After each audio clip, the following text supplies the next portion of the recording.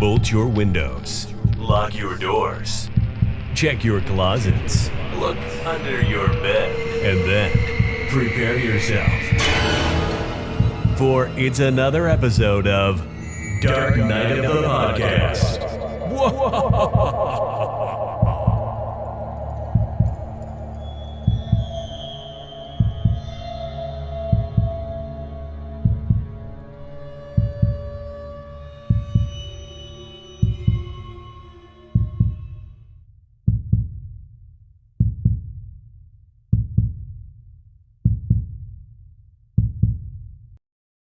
Good evening, Dark Night of the Podcast listeners.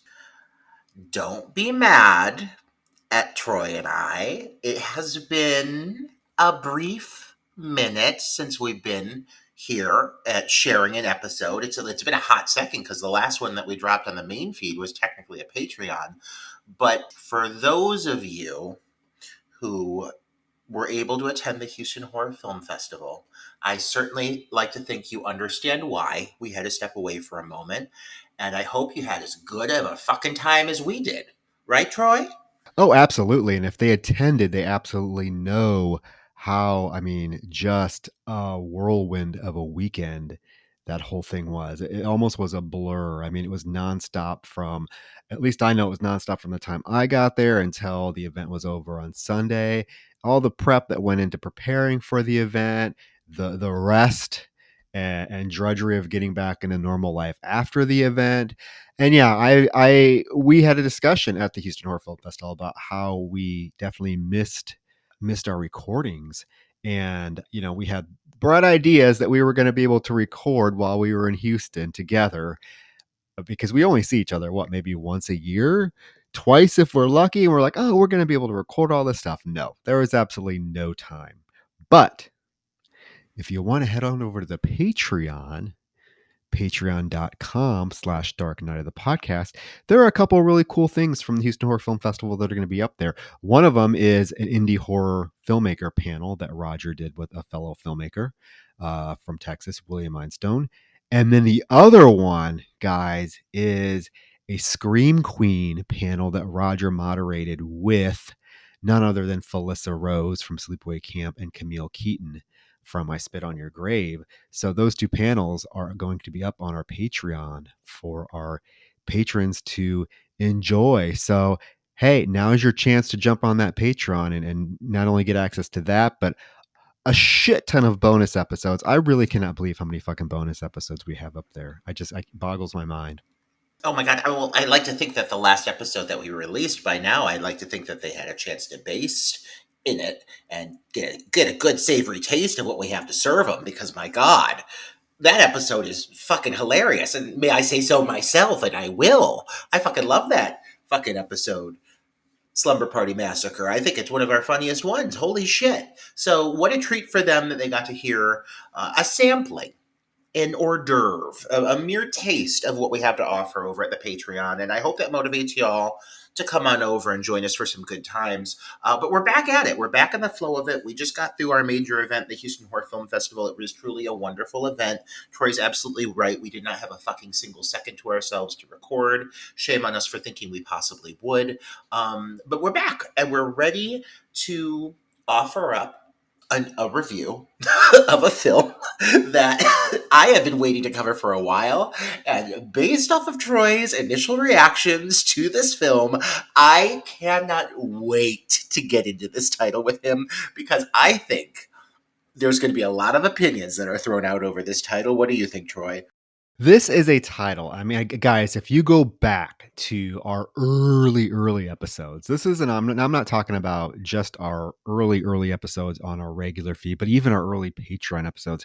This is a title that Roger has brought up numerous times to the point where I was rather embarrassed and ashamed to finally admit that I'd never seen it, because I was like, oh my God, this movie has such a significance to Roger. And here I am. I've never seen the damn thing.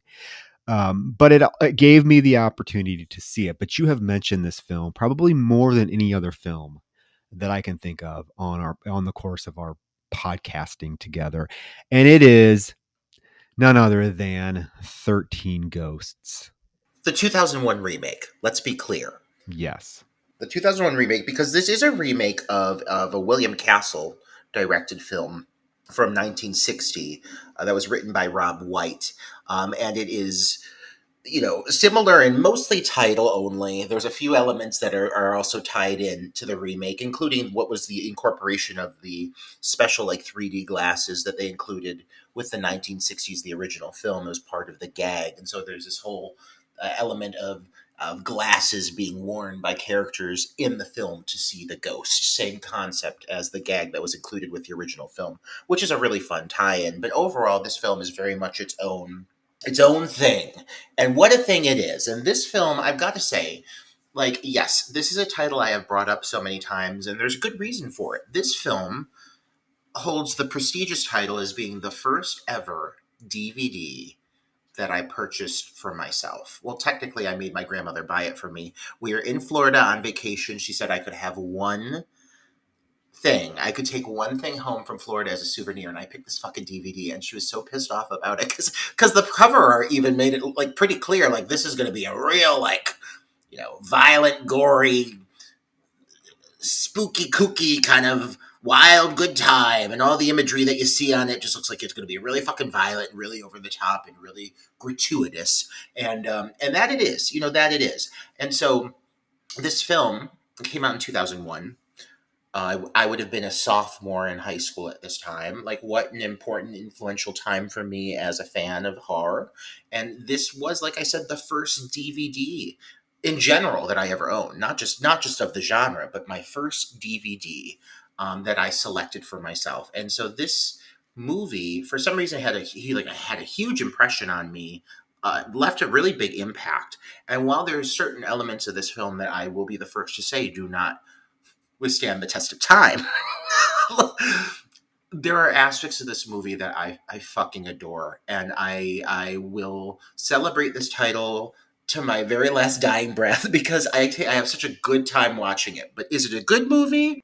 I mean, I guess that's what the review is for. But Troy, I'm so curious to hear because, yeah, you've never seen it. I've talked about it all, and I'm really curious to hear your takeaway from this film. Like, I mean, give me something. Give me something to go off of to start because I'm chomping at the bit. Okay, if I had to use one word right now, if you're like, Troy, gun to your head, what is one word that you would use to describe this film? To describe the 2001 13 Ghosts. My word is obnoxious. Oh, yeah. I knew it. Obnoxious in a lot of ways. Obnoxious with that heavy-handed, frenzied, hard cutting that is very jarring. That was popular, I guess, around this time. It's in other films, but in this one, it's just so prominent and so heavy-handed. The sound in this film. I tried to watch the film, and there were moments when the sound would peak so high, I'd have to turn the volume down. I mean, the sound is all over the place, and the hammy performances. You got Mr. Oscar winner F. Murray Abraham in this film. Why he signed on for this, I don't know. He does sort of bring a level of, I guess, class to the film, but his performance is very much seems like catered to the stage instead of film. And you got Matthew Lillard. Come on, we love Matthew Lillard, but Yes. some of his line delivery in this film had me cringing. It's like Stu Macher dialed up 2000 volts in some scenes, and it just becomes, like I said, it becomes obnoxious. The only pause, I mean, okay, there are good things about the film. You just had me, you wanted my initial impression. One good thing about the film is at least those annoying fucking kids disappear through most of it, because I guarantee you, Roger, when I started watching this film, that little fucking boy on that fucking scooter rolling around the fucking house, I'm like, if I have to watch this for 90 minutes, this little fucking boy and his obnoxious little voice, his little doe eyes that he's trying to do to make himself look cute, I'm going to shoot myself. Luckily, he disappears into the basement for a good majority of the film. Shannon Elizabeth, come on. You love Shannon Elizabeth. She's in Scary Movie, probably her most famous role, or American Pie. Here she is kind of given nothing really to do. And I got to tell you, when I first started watching the film, I guess, that opening scene is so just like loud, and just there's a shit ton going on. And I think I was just trying to recover from that, just the loudness, the vivaciousness of that opening scene. That then when it transitioned into the normal scene with Arthur and his children, I guess I spaced it out, because for like this was my first viewing, Roger. For half the movie, I swear to God, people could call me stupid. I don't know how I missed this. I thought that Shannon Elizabeth was supposed to be his wife. And I kept thinking, what the fuck would they cast Shannon Elizabeth to play Tony Shalhoub's wife for? It didn't even dawned on me until the second time I watched it. It was his fucking daughter. I'm like, oh God, I feel like a fucking idiot. But I guess that's how much invested I was in the film. I don't know. Listen, all of your points here, Troy, are valid, including Shannon Elizabeth and her mysterious age. Is she 15? Is she 35? Like, I don't know. I don't know how old she's supposed to be. That is yes, I think that has to do with, because when she's introduced, she's doing the dishes and they're talking very lovingly. And I guess, okay, the second time I watched, I tried to pay attention more. So I heard the voiceover, that fucking hallmarky gag me with a spoon voiceover at the beginning. That is so like, you couldn't try to saccharine and sweet something so heavy handed if you tried. Do you know what I'm talking about? I do, but Troy, you're giving it all away. We gotta listen. We're basically jumping on into it at this point. I feel like we just need to rip off our clothes and jump in the pool. Before we do that, real quick, let's throw out the fucking 5-star reviews. We have had a couple 5-star reviews recently, but we need a couple of actual reviews. Yeah, I'm worked up, getting ready to talk about this film, so I'm going to get worked up about these 5. You tell him, Troy. I am telling. We are so close to 50. If you listen on Apple Podcasts, guys, just find us, Dark Night of the Podcast, scroll down, click those little 5 stars. We're so close to 50. We're not even asking pleasantly anymore. We're like demanding it. We're like literally sitting here, Troy. We're telling our listeners, we're like, you go fucking leave those 5-star reviews. But guys, we love you. But come on now. Yeah, you know what? If you don't even have to write a review, but if you want to write a review, we will give you a shout out. If there's a specific question that you want to ask us and you want to write it in the review, or if there's a specific film that you would love to see us covered and you want to write it in the review, do that, because the reviews do help. They do help because they help people find the podcast if they're searching for horror movie podcasts, and the ones that have the more ratings populate higher. You don't want us to disappear for another month, so get your asses in gear and hit that 5 stars, or we're not coming back. And our next film that we're going to cover, we'll tell you at the end, you're going to be salivating for. So just like us. But right now, Troy, I'm salivating for this fucking review of 13 Ghosts, directed by Steve Beck, who I have to say, I think it makes a lot of sense that the only other film that Steve Beck directed was the 2002 ghost film, Ghost Ship. When I look at this film and I look at Ghost Ship, I see a lot of similarities overall. A lot. What do you think? it makes sense that when you mentioned it, it does make sense. And the two films actually very much include a very well done, like, body splitting in half, just two different directions, right? In Ghost Ship, the captain's head slides off horizontally, and in this one, the poor lawyer gets sliced in half vertically. So really, he must have a thing with bodies being split in half, because Ghost Ship, I think most people only know Ghost Ship for the opening scene, because let's be honest, the rest of the film is not good. I mean, bless Juliana Margulies' heart, but she can't carry a film like Ghost Ship. She's great on ER, but I don't want to see her wandering around a boat for 90 minutes. She's not that engaging. This film, I will say, much more watchable than Ghost Ship. I think people watch opening scene of Ghost Ship and shut it off and are perfectly fine with that. This film is watchable. And like I said, there are a lot of good things with the film, and the film really tries to hook you in right away with that opening scene, which is just a barrage at a what looks like a junkyard, right? It is a junkyard, and you get fucking buses and four by four trucks piling in with all these people coming out with equipment, and you get Cyrus Kriticos, who played by F. Murray Abraham, who is an Oscar-winning actor. Believe it or not, he won an Oscar for Amadeus back in like '87, I believe, '86 or '87. So, like I said, he adds a lot of class to the film. It's just kind of a I don't know, kind of a jarring performance. I don't know what it is about him that kind of just doesn't work for me. And it's right away, Roger. It's right away. Like the first words out of his mouth, I'm like, this character does not really work for me. And I can't put my finger on it. I know he's trying to be menacing, and whatnot, but to me, it just comes off as very like, just like I said earlier, like stagey, and I just couldn't really buy it. And then you get Matthew Lillard, who is just hamming it up, just slobbered, screaming his lines. He's supposed to be the psychic who can is in tune with dead people, right? He knows where ghosts and spirits live. So they're hunting this ghost. This is all the opening scene. They're hunting this ghost. It's in the junkyard. This is the what ghost is this? This is The the Juggernaut. Juggernaut. Yes. And I will say, when you see a glimpse of this ghost, it's pretty well done. In some shots, you can definitely tell it looks a little latexy, but I will say, for a film called 13 Ghosts, the most positive aspect of the film are the ghosts.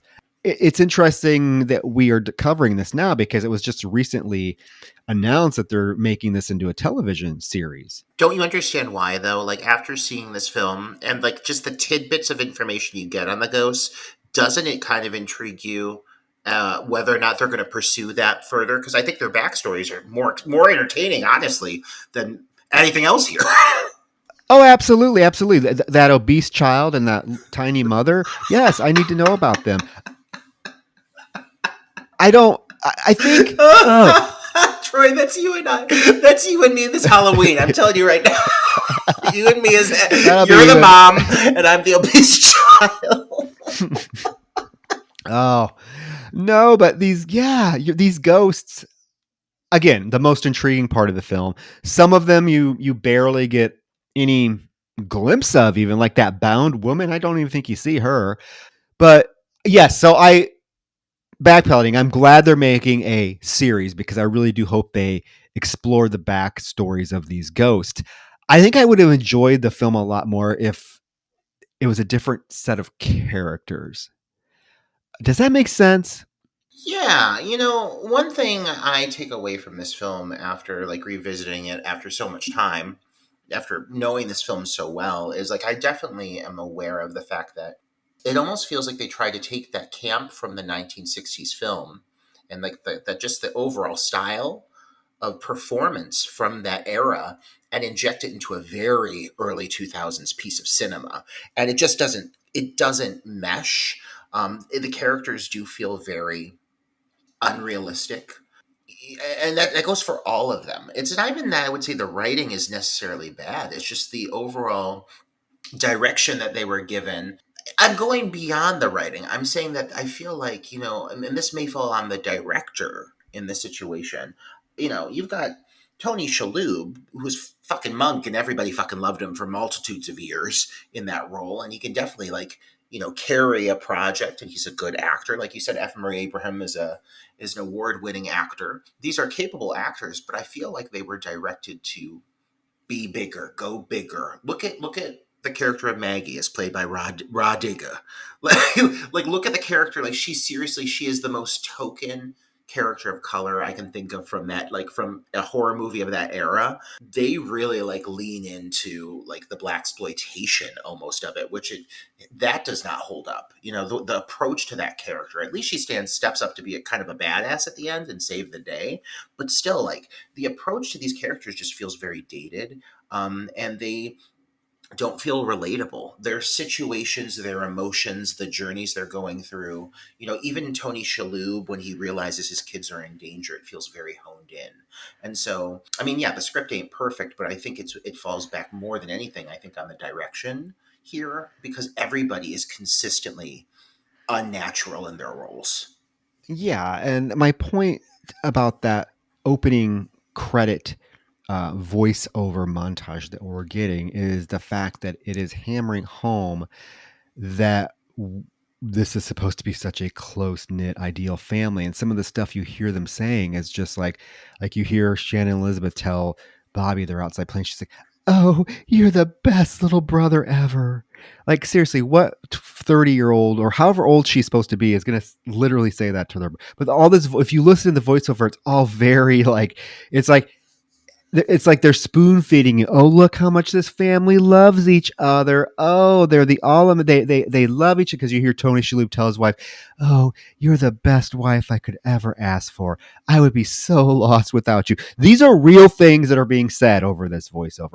So instead of like giving us any sort of like flashbacks or any sort of small little opening where we see the family interact together as a family before the mother died, because another thing they do that I found quite questionable is that we find out the mother died in a house fire through this opening credit voiceover, and it's so dramatic. Like you hear someone saying, "The fire alarm's going off. Oh, where's mom? We can't find mom. We got to go back in the house for mom." And then you hear the little boy crying, "Oh, mommy burned to death." And then you hear him at the funeral. It's like so like that is not how you build any sort of connection or emotion in a film.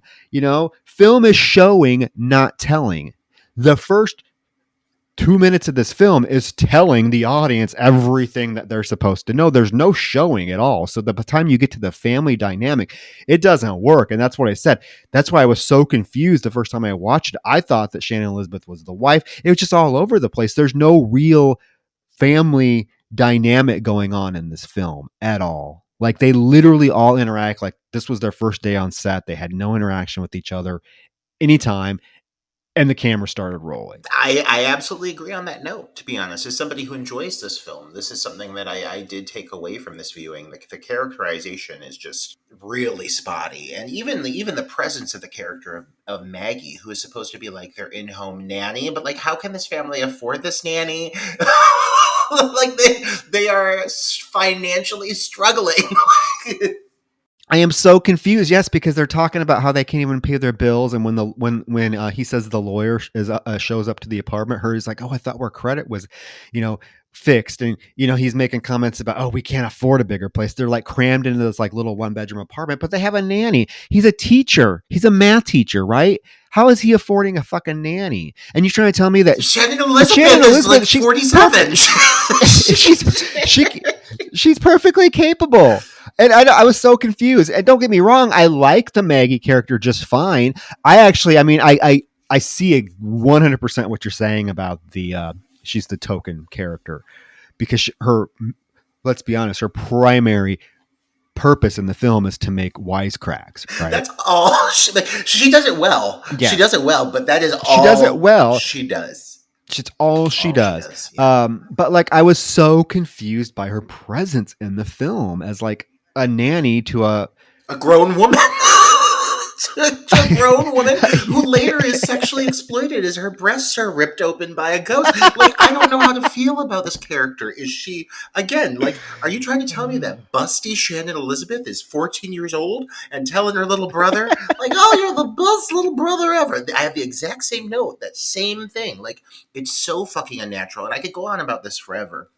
I do want to backtrack really quick, though, and acknowledge, like, we didn't even really get to the conclusion of the scene prior, like the sequence in the graveyard. No, it's great. There are some, it's sheer chaos. And I like it. I like the visuals of it. I love the visuals of all of the different men being like brutally slammed into cars. There's that poor dude that gets like sucked into the trunk and busted in half. You do get the moment when Cyrus also pulls out Kalina and her partner just randomly. I don't know. The only reason this was done, Roger, is so that we knew who she was later in the film. There's no purpose for this particular moment in this opening scene where he pulls him out. It's like, oh, I'll show you. Oh, let's talk about the character of Kalina for a moment. Beth Davids, always welcome in my house. Miss Honey from Matilda, always welcome. But this role, I don't think is necessarily the role that I would envision for her. The character of Kalina, I think, is kind of a shitty role, regardless of who plays her.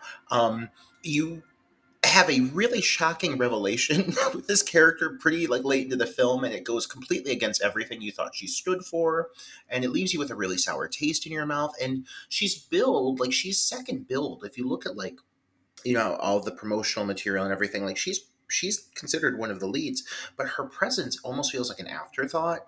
And this, you're right, this whole moment, like she's brought out, she's introduced, and then of course things go awry. The ghost starts killing all these people, and all these other people end up dead. So, and then all these people are dying, and you realize, like, amongst them, that includes her partner. And I actually have a theory that she maybe was involved with this, you know, based off of the revelation that ends up happening. I'm curious if the ghost got to her partner or if she did.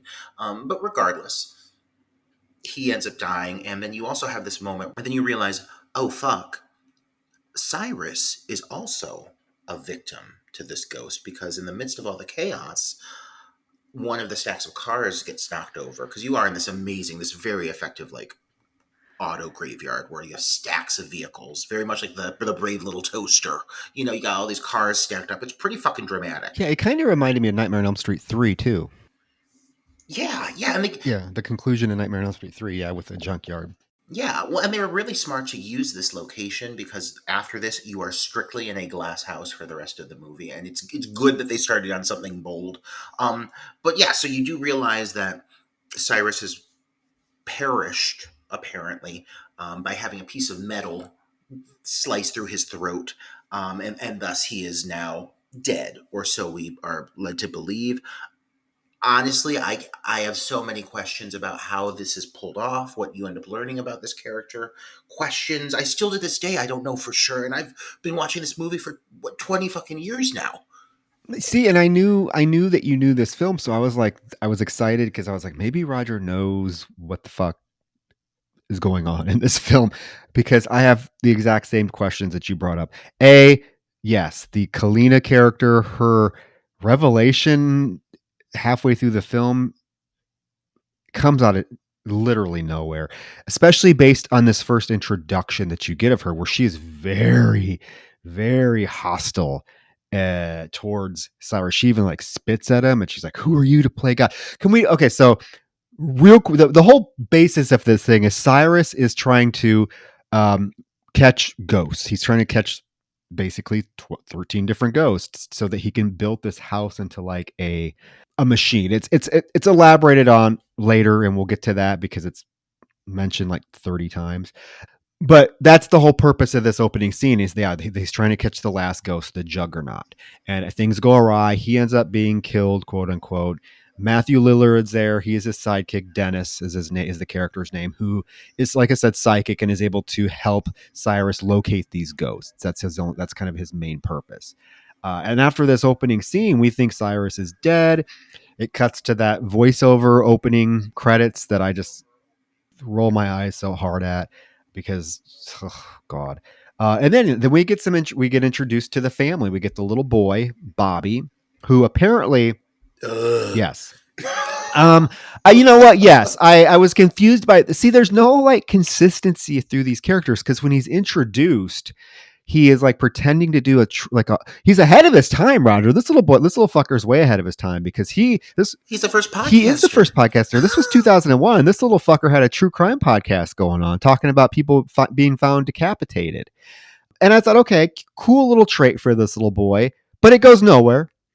Yeah, it really is just used to simply ensure that he has a microphone on him, so there can be an audio gag that's briefly used later. That comes up for a moment. His microphone picks up one of the voices of one of the ghosts. Other than that, you never explore this again. He has one moment in the car where he's recording some stuff about gore and shit like that, I think. But other than that, yeah, they don't ever really bring it up. It's such a loose character trait to throw out there.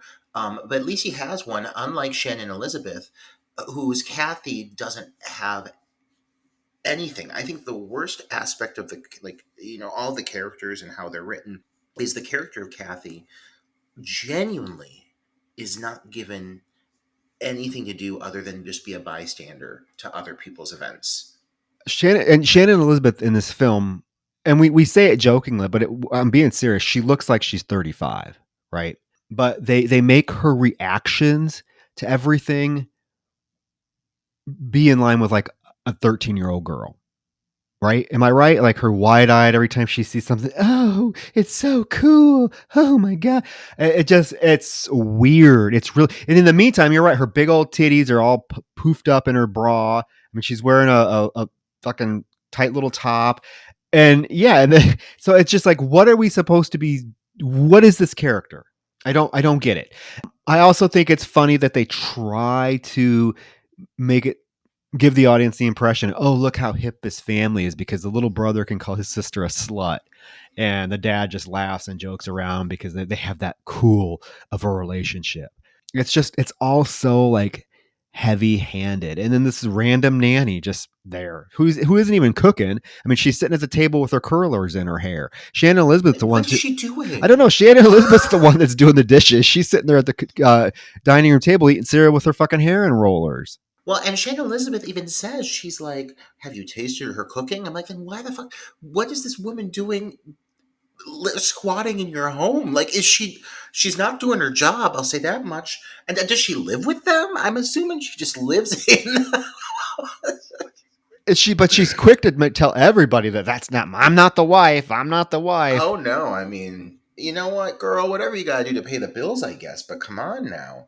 And very very quickly, like I think you were really right to say earlier, 'cause in that transitional montage that happened, the fact that we don't get any like exposition or background in the sense of actually seeing proper sequences, proper scenes of these characters together, you are like so briefly introduced to them and they're thrown right into the situation at hand. The, what leads to the them being involved with the 13 ghosts in general. Like, you are thrown right into it. You're barely given anything at all. You have this really brief scene, and then you fucking have the lawyer show up at their door, and boom, you're like, and the story is moving. I do appreciate that the pacing is fast. Like, I do like that, but you lose so much character development. Yeah, you're right. The pacing is fine for the film. Like I was never bored at all. I think certain things made me lose interest in terms of like I said, the characters and just like things that were happening so fast. And like I said, the editing in this film, god damn. I'm not a fan of that choppy, fast editing that was a thing. Thank God it's not anymore. But God, this film is probably the worst um, offender of that type of editing that I've ever seen in my life. And it goes overboard. But yes, so this lawyer shows up. Moss is his name, right? Long story short, he's basically there to play them a video from Cyrus because Arthur is Cyrus's only living relative. Cyrus is his uncle. So we find out that basically Cyrus has willed his house to Arthur. And he makes a point to say this is a very special house. It's a one of a kind house. And you're the sole beneficiary. And you're right. Very next scene, they're driving to the house. I mean, they are on their fucking way, and we do have a couple of montages in this film that I really do enjoy. And this specific montage here, when they start driving to the house, and you get like intercuts of Kalina planning some kind of battle. I mean, she's going into war. She's grabbing dynamite sticks. She's grabbing all kinds of shit. She's getting ready for something. But you do have this really great, very 2000s, but still really great track called Excess by Tricky, featuring one Alanis Morissette singing the chorus. And I find this track to be really like effective in like building up like the and we're off, like, and we're moving, like it's got this really moody, like mechanical, almost like a Nine Inch Nails, kind of that grungy sound to it. And I do think it perfectly like sets the tone for what's to come. I really enjoy like this moment of building up as they're on their way to the house and it's eventually revealed. Well, good. Good that one song in the film at least is fitting, because the closing credits song it makes no sense in terms of the film. Mirror, mirror on the wall. I can't wait. I cannot wait to get to the final note on this film because I have so many thoughts on that fucking track. Uh, Okay, I digress. But yes, you get this moment where they do arrive at the house and you get the first visual of it, and the exterior, there's like a very CGI-ish kind of look to it. Like it's not like it looks awful, but like it looks like you only ever see the exterior of the house really from like one angle, and it's always the same like wide shot of it. It's not until you get inside the house that it makes an actual impression. Because once you get into the house, it does become like a character in the film. It's such a prominent element of the film that it is one of the major playing factors of everything that happens. yeah, they get to the house, and guess who's there disguised as a electrician? None other than Matthew Lillard, Dennis, who says that the neighborhood has a power outage and he is there to fix it. And the lawyer immediately is like, nope, sorry, you can't come in. However, Arthur is like, yeah, you can. I'm the new owner. Come on in. Let's get the power back on. So that is how Dennis is very easily able to get into this house. Let's talk about this house for a second. Roger, yes, I agree with you. Set as a set piece, amazing. You know, there's so much detail. As an actual like house that somebody would want to live in, I'm not really buying it. Oh, I'd hate it. Well, first of all, there's absolutely no privacy. This house is made completely of glass and steel, and there are rooms that you look through and I mean, you see everything. So it's one of those things where, unless it's got like frosted cubed glass, like some of the bathrooms have that, like you're looking through and you're seeing all kinds of shit. And so I don't know how manageable that would be for the average everyday person to live in that glass house, but it makes quite an impression. I mean, it's very grand. I mean, just from a logistical standpoint, like it doesn't like I would never feel like at home in that house. You know, it's all glass. The floors are glass. The walls are glass. Everything's glass. You know, I know they keep trying to give the impression that the house is huge, which they do a really good job, I think, of accomplishing that. But in a sense, like the geography of the house a lot of times doesn't make sense.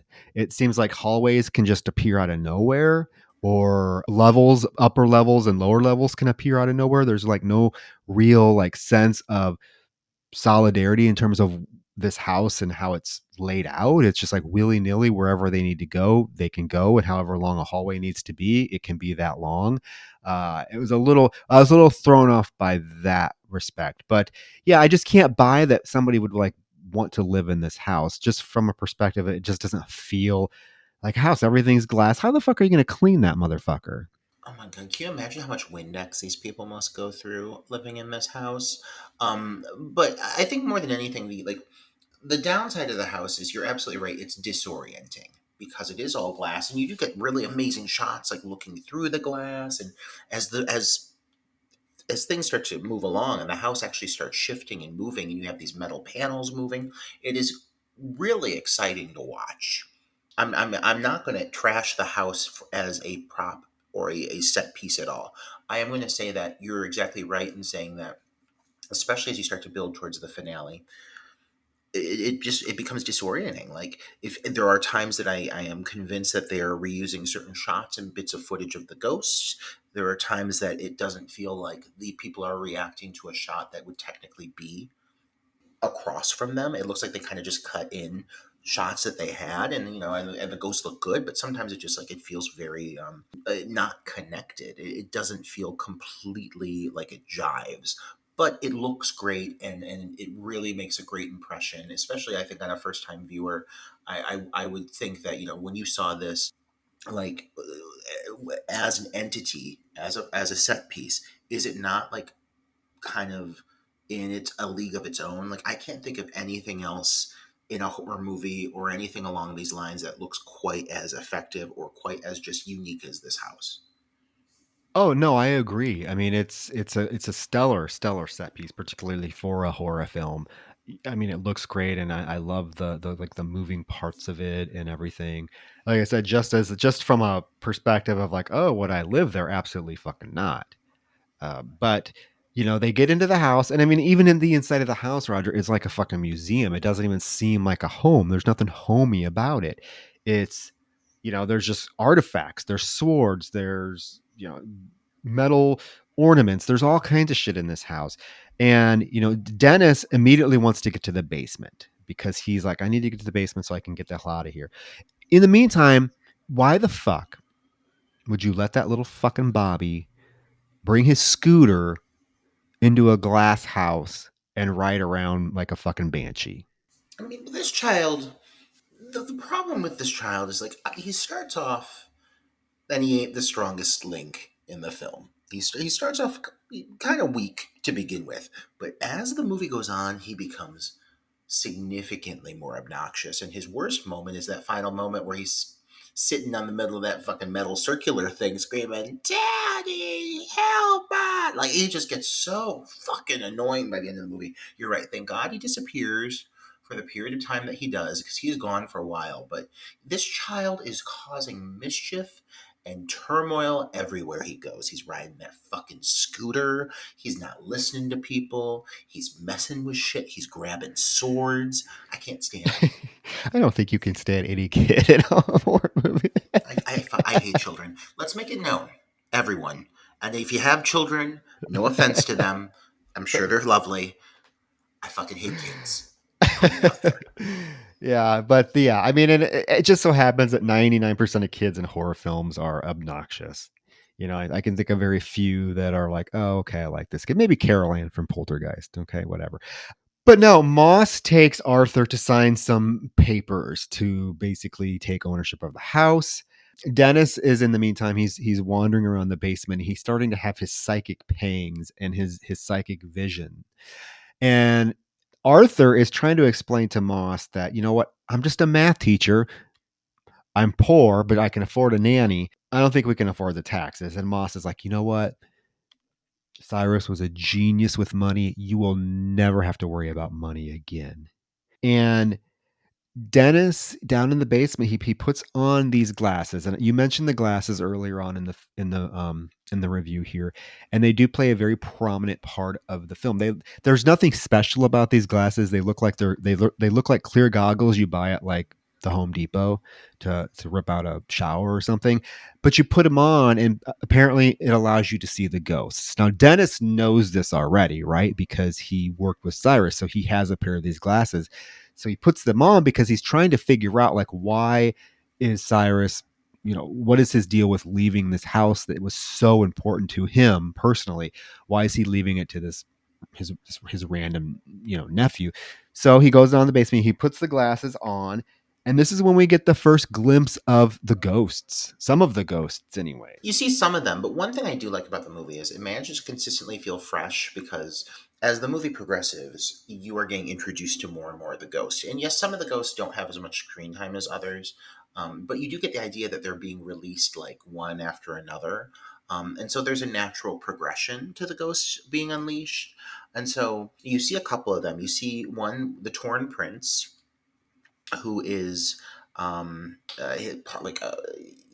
of his face is just absolutely like destroyed, and you see actually there's like a prop of his car flipped over in his cell, because they're all like trapped in these glass boxes.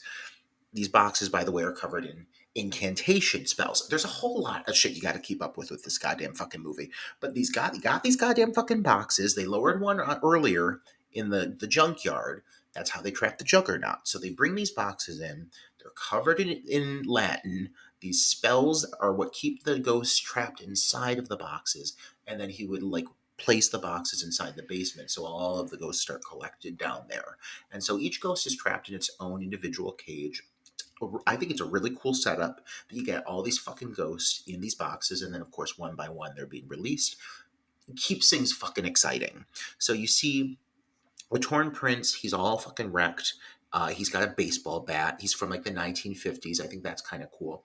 And then you've got the Angry Princess, whom is my favorite. She's just fucking bare ass naked the whole fucking time, walking around with her big old plastic knockers, unable to move. They're so fucking taut. They're just still. They're like brimming water balloons. They're so fucking tight and taut. Yeah, my note says they're cement boobs because yeah, they literally do not move at all. But I love that about her. And she's covered in these cuts. She's got this cut running right down the middle of her areola. I fucking love it. And I do think that the design on all of these ghosts is fantastic, but there's something about the Angry Princess that has managed to transition over into like the pop culture psyche. You see so many like fan recreations of her, of the visual. You see a lot of like artistic interpretations. We saw one at Houston Horror Film Festival, an artistic rendering of her there. And yeah, there's just something about her. It is the fact, I think, that she's naked, and like there is a sexiness to her, but it's also so grotesque, and her look is still very, very creepy. She's just this naked girl with a fucking knife. I mean, it works. There's something fucking creepy about her. She's definitely creepy. She's a standout ghost, mainly because, like you said, she's naked. But the one thing that I wish was toned down a little bit with her was the. It seems with her, it's you is where you get most of the heavy, fast, choppy editing effects that surround her. So it's a little like jarring every time she's on screen because you know those fast edits are coming, and it's just like, oh, those fast cuts are coming, and it's like, no, not anymore. And no, but yeah, very interesting that you get like the sense that she committed suicide. There's this whole, I think she probably has the most fleshed out story, maybe, and it's not even that fleshed out, but you can kind of gather what happened to her based on some scenes coming up, like when she's in the bathroom with Shannon Elizabeth's character. But all the ghosts are quite intriguing. Like that little boy with the firstborn son with the arrow through his head. He's quite creepy. He's a creepy little fucker, huh? Well, I'll say one of the most intriguing aspects of this film is actually, and I don't know, I doubt you've ever seen this, but fans of the film know about this. The DVD has an amazing bonus feature. It's probably one of the best bonus features I've ever seen. And this is a big part of my fandom with this film. They have a bonus feature that gives you an in depth backstory for every single one of the Black Zodiac ghosts, because they're all part of what is called the Black Zodiac. They all represent a specific piece to the puzzle, if you will, for creating this, what is this massive incantation that's going to happen, which is intriguing in its concept, but it gets really fucking bloated. But yeah, this DVD bonus feature gives you a really phenomenal breakdown of each character's backstory, what happened to them, how they died, and why they're angry. And I'm pretty sure it's narrated by F. Murray Abraham too, so it sounds fucking awesome. But yeah, it's this really, really phenomenal piece that tells you like her backstory. For example, her character in this world was working at she was like the assistant to a plastic surgeon, and she became addicted to the surgery, and she became so self-obsessed that she didn't think that she would ever be pretty enough, and so she took like one of the scalpels and she actually did surgery on herself, and she just like ended up killing herself, and that's why she has cuts all over her body, and it's broken down as to how she died, why she looks the way she does. So like I would highly recommend, if for any fans of this film who haven't seen that, it's on YouTube, you can find it, but it's so interesting, and it makes these ghosts pop so much more. Yeah, yeah, and I think we can agree that's a little bit of what the film is missing. Is a little bit more backstory on the ghost. So yeah, the television series announcement couldn't come at a better time because we had already decided we were going to cover this film when that was announced, and we're like, holy shit, we talked about it at the Houston Horror Film Festival, and you're like, oh, I hope it focuses on each of the 13 ghosts, which would be really, really cool. So hopefully they draw from that DVD and kind of expand the backstory of the ghost into an episode, because I think it's supposed to be 13 episodes, right? But yeah, so Dennis sees some of these ghosts. He runs up and he blows his cover. He tells Arthur that he's really his uncle's old sidekick and they used to hunt ghosts together. And, Arthur is having a really hard time grasping what is being said to him. He's like, "What? Goats?" He's like, "No, ghosts, ghosts." And in the meantime, Maggie and Bobby are exploring the house. Kathy finds that fucking glass bedroom with that giant bed and jumps in it like a little like 13-year-old girl. Dennis's thing is he's trying to convince Cyrus that they have to leave. It's like, we got to get out of here. There are containment cubes in the basement for some reason. I don't want to find out why they're there, so we need to get out of there. Maggie finds some of these glasses and she gives, she puts them on jokingly, but then she gives Bobby a pair. So he takes them and he's riding his scooter all through the house. In the meantime, also, guess who put on some glasses and is strolling leisurely through the basement? It is the lawyer Moss, who now is like he's wisecracking all these ghosts as he's walking by because he has the glasses on. He can see them in their cage or in their boxes, and he's making little like wisecracking jokes at them. And he thinks he's hot shit until he gets his suitcase full of money, and when he turns to leave, he runs into the angry princess with her boobs out and everything, and she's has her knife up and she's coming towards him, and all of a sudden the fucking glass barrier of the hallway falls down and literally slices this guy in half. And let me tell you, it is a really, really well done Oh, effect. this is one of the best examples of a practical effect, I would say, from I mean I would say the 2000s, but honestly probably of all fucking time. Didn't you put this on a list that didn't we do a top 3 on Patreon and you Yeah, included? it might have actually been best kills. Was it? I think I was definitely I think one of my top 3 best kills. And I hadn't seen it yet, so I was like, "Oh, okay, that sounds cool." Seeing it, I can totally see why. I was like, "Wow, this is pretty effective." One thing that makes it really effective is like you watch his face, like his lips are twitching, his eyes are still moving as his front half starts to slide down the glass. You see like his eyes moving around and his like mouth, like it's so well done. Like the detail and everything is wonderful. For a film that does at times struggle with somewhat dated CGI, one of the things to celebrate about this movie is that when it does have the opportunity to do things practically, it often does. The ghosts, like you said earlier, a couple of the ghosts maybe look a little bit latexy, but you know what? Every single one of those ghosts is practical. Aside from the one that's the torso, that is some of the best CGI in the fucking movie. Other than that, these are all practical effects on these ghosts, and they really look great because of it. And you also have several key sequences involving characters being killed or injured that are also practical. And so, this example specifically, this is all puppeteer work. That is a fake bust of his body that is being operated by like mechanics, and it looks so accurate. It's probably the best like facial recreation I've seen, like when you're thinking like decapitated heads and bodies, torsos, things like that. This looks as though it is the actor himself moving and twitching, and as the body is sliding down to reveal the other half behind it, half of the brain, the full shape of the skull as it was chopped in half. I mean, it is so detailed, and it really does stand out as one of my favorite kills of all time. And even in the progression building up to it, because I do want to acknowledge, yes, the script here does struggle at times, but the core story, for the most part, that this fucking shitty maniacal uncle chose to take advantage of one of his own family members after he lost his wife to a fire and manipulate all of these situations so things work out in his benefit. And then all of the people who are working under him are also completely disposable to him. And so when they're done serving their purpose, he just gets rid of them too. And so this moment with the lawyer, everything sets off because the lawyer is instructed to go get his bag of money after he's done with his job.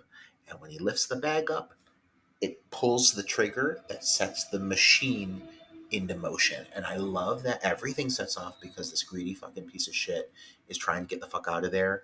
He pulls the lever, it opens the door, the angry princess steps out, and he's dead. And I just think it's such a great setup for things to start moving. Yeah, well, and boy, do they move, right? I mean, it gets into high gear now, and like I said, the movie moves at a fast pace to the point where sometimes there's just so much going on. Like it's, you're trying to keep track of where everyone is in the house and what they're doing. But after this, Kathy leaves the bedroom and goes into like the master bathroom that's attached to this bedroom, and I really like this shot because she's in the mirror. She's looking in the mirror, the vanity mirror, and there's a pair of those glasses that are sitting on the vanity, and the camera just sort of zooms in, and we actually then see the camera go into the lens of the glasses, and then we all of a sudden see everything change from the perspective of what you would see if you were wearing those glasses, which I thought was really cool. And what you see is the bathroom is covered in blood, and the angry princess is in the mirror next to her as she's looking at her face and whatnot. And then she goes into the bath. She opens the shower curtain and gets into the or goes into the bathtub to like rinse her face off. And the whole time, the angry princess is in there with in a bathtub full of blood. Now, Shannon Elizabeth's character can't see any of this, but it's very, very, very well done. And this bathroom is covered in blood. On the floor is written "I'm sorry" in blood. And just as the angry princess is kind of leaping up to stab, Arthur comes in and he finds Kathy. But this whole scene is pretty cool, I think. I think the one thing to celebrate about this film is while it hits its pitfalls, and often it's trudging along at times, when it has a scene that is successful, that scene is, I would say, truly kick ass. I mean, like there are several scenes in this film that do achieve what they're going for, and they achieve it impressively well. And you're absolutely right. This scene stands out to me so much. I remember seeing this scene as a teen and being so in awe. At the time, the CGI was so impressive when it went through the frames of the glasses, and it reveals that the room is covered in blood and it's building up, and you have this whole moment of her the tub, the water coming out of the blood is turning red. It's turning to blood, but Shannon Elizabeth can't tell because she's seeing her reality, and the angry princess is just watching her with like rage in her face, and it's a truly memorable scene for me, and it's so effective. And then all of a sudden the moment's broken because Tony Shalhoub shows up, and things keep moving, but you have this really great break, this one moment where Shannon Elizabeth's character, for as minuscule and not important as she does get two key scenes in this film that are truly exceptional, and at least she has that for this character. Because other than that, she certainly doesn't have anything. Oh God, no. There, yeah. I felt bad for her. It's like, why are you getting Shannon Elizabeth, and they're not really giving her much to do at all. And it really, I mean, I think the film at times, I don't know, it kind of seems like it's the Matthew Lillard show, and I don't know if it's because he is just so hammy in this film, but I thought it was a cool concept to put these two together, because he was obviously Stu Macher in the original Scream, and then Shannon Elizabeth was in Scary Movie, which spoofed Scream. So it's kind of cool to have this pairing, but there's just God, they waste her so bad in this, so bad. So Bobby rides past the basement on his scooter, and some voices call him into the basement. At the same time, there's a very distinct voice that's telling him not to come into the basement, but he does go down into the basement. He's a little boy. He's curious. Arthur's trying to get round up his family to get him out of the house, but Dennis is like, "We cannot get out of this house. They're not going to let you out. There's no way out." And Arthur demands that he gets up and helps look for Bobby. So he does begrudgingly, and this is when Maggie makes her comment, "Did the lawyer split?" Ha ha ha, that Maggie. And it is worth acknowledging that upstairs as well, like everything about the house, as soon as the lever is pulled, the house starts completely shifting and changing, and the walls are moving, including the outside. So now you have all these metal panels that are like lifting and moving. So when they go to try to get outside, the door is locked. It's blocked, so they're now completely trapped within this house. And certain doors are opening, certain doors are closing, and it's kind of creating this maze that they can't predict. And that is another kind of cool aspect, and part of why it's so overwhelming at times is, the layout's constantly changing. Walls are forming, doors are opening, a passage will become a trap, a wall will become an opening, and all of a sudden they'll be able to run through to another room. So it is a bit overwhelming, but it does have purpose to it. So they kind of at this point they're trying to find a way out, and Bobby is in the basement. Dennis is explaining to the group that the etchings in the glass are containment spells, and the ghosts must obey them. Bobby puts the glasses on that Maggie found for him, so he's in the basement now, and he literally sees all of these fucking ghosts, and he is like trying to get away at full speed on his little scooter when he runs right into the glass wall, falls off his scooter, knocks himself out. So he's out of the movie for a while. Thank God. Dennis upstairs, he's trying to convince Arthur that, Arthur's still having a hard time believing that there are ghosts in his house. So he's looking for Bobby, and Dennis and Maggie are together. And Dennis gives Maggie a pair of glasses and says that these are spectral viewers that allow the person wearing them to see the ghosts. And at this moment, it's when Arthur decides that he does want to go down in the basement to look for Bobby. And Dennis is like, no, did I say there was a petting zoo down there, Arthur? No, there's ghosts. But Arthur convinces him because he says, I will pay you what Cyrus owed you. There are lines that Matthew Lillard delivers in this film that I do very much enjoy, and that is one of them. I mean, Matthew Lillard has a certain way about him, and it is big, it is brash, and so, yeah, this character does feel very over the top, but I'm not going to say I dislike the character, especially some of the choices he makes towards the end of the movie. And I got to say, he looks fucking hot doing it, even when he's covered in blood. I mean, the moment he removes that goddamn orange suit to reveal a full suit jacket with like that like button up. It's Yeah. like a silk. I know it's like a silk suit jacket. No, I don't. I do not dislike Matthew Lillard at all. If you know Matthew Lillard, he's hammy. That's his thing. I mean, look at the whole climax of Scream. Imagine that amped up an entire film, and that's what you get here. It's hard to dislike Matthew Lillard, but it is a very hammy performance. But again, that's Matthew Lillard. I can see where some people would be annoyed by it. I do think that some of his line delivery, especially in the opening of the film, is very cringeworthy, but he does get better. And this is probably one of my favorite line deliveries of the film when he's like, did I say there was a petting zoo down there, Arthur? No. I just love that. And yeah, he does get some very big kind of Stu Macher type moments later on in the film too. And then kind of what he does at the end of the film maybe redeems any dislike that you may have had for the character, but he's big. He's big. One thing I'd like to really touch on, Troy, real fast is you've got this whole moment of Bobby downstairs where he's on the run now because he's got the glasses. He has seen several of the ghosts, and a few of the ghosts have been like introduced. And I just want to touch on like you see the bound woman because he sees her with the tie wrapped around her neck, and she's like got like part of her throat's revealed.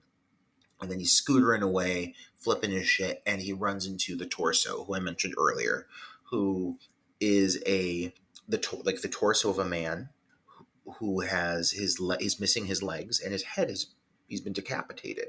And you see the head on the floor in a bag, screaming, and it's obviously horrifying. And then you see that the torso crawling towards the kid, crawling towards Bobby, and the CGI on this specific shot, some of this CGI has been iffy. When you see the machine, for example, it's kind of like, oh, this looks very like Along Came a Spider when that car scene happened where it like flipped over and it looked fucking completely like unnatural. This is almost like on the verge of looking bad. It works, but it does look very like early 2000. This shot though, this decapitation like affect the throat, like the head's already been removed, but like you see the inside of the wound.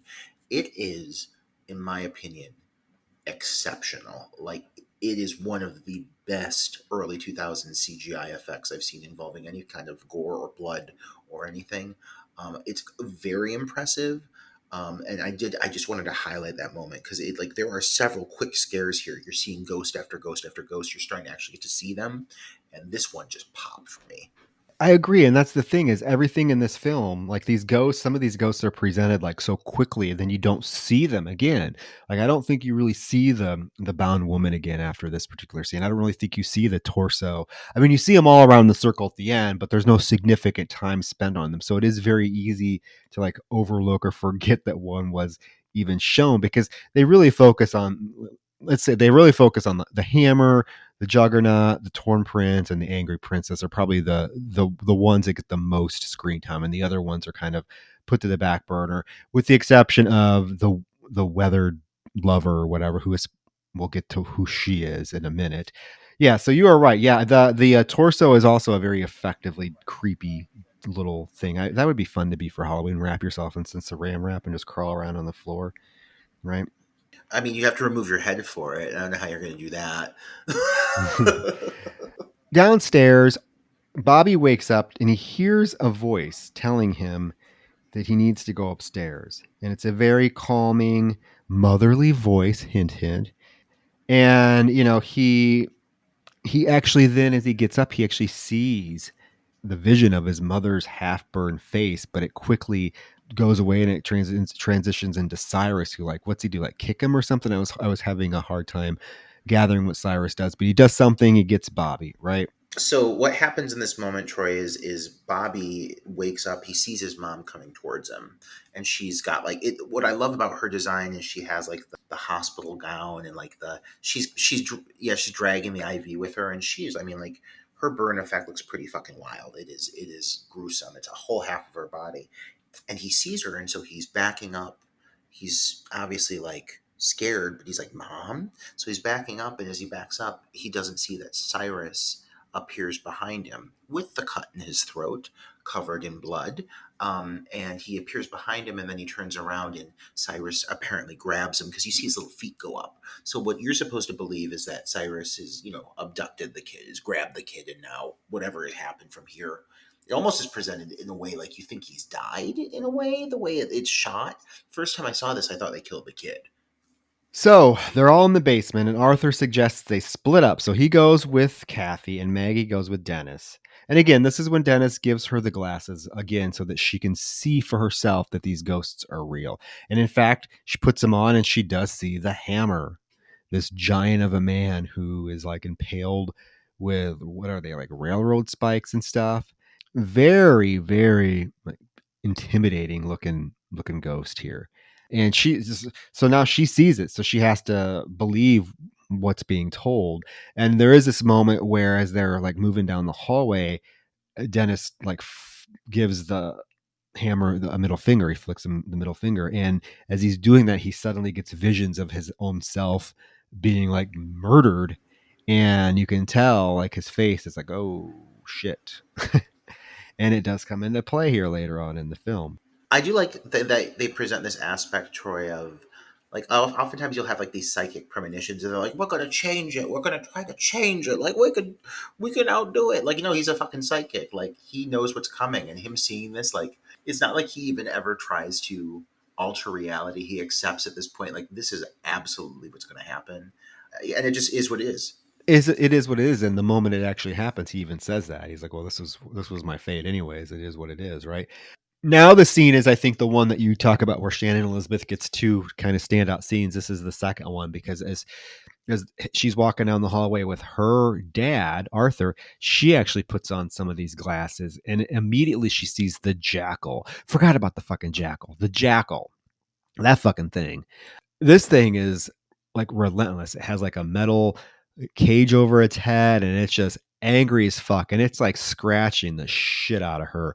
Like, I mean, you're right, scratching her face, scratching her chest, rips her blouse open so her boobs flop out, and well, in a bra. But I mean, it's just, this is a very, very, very, very brutally graphic scene. I mean, she is attacked, and Arthur can't see what's attacking her, right?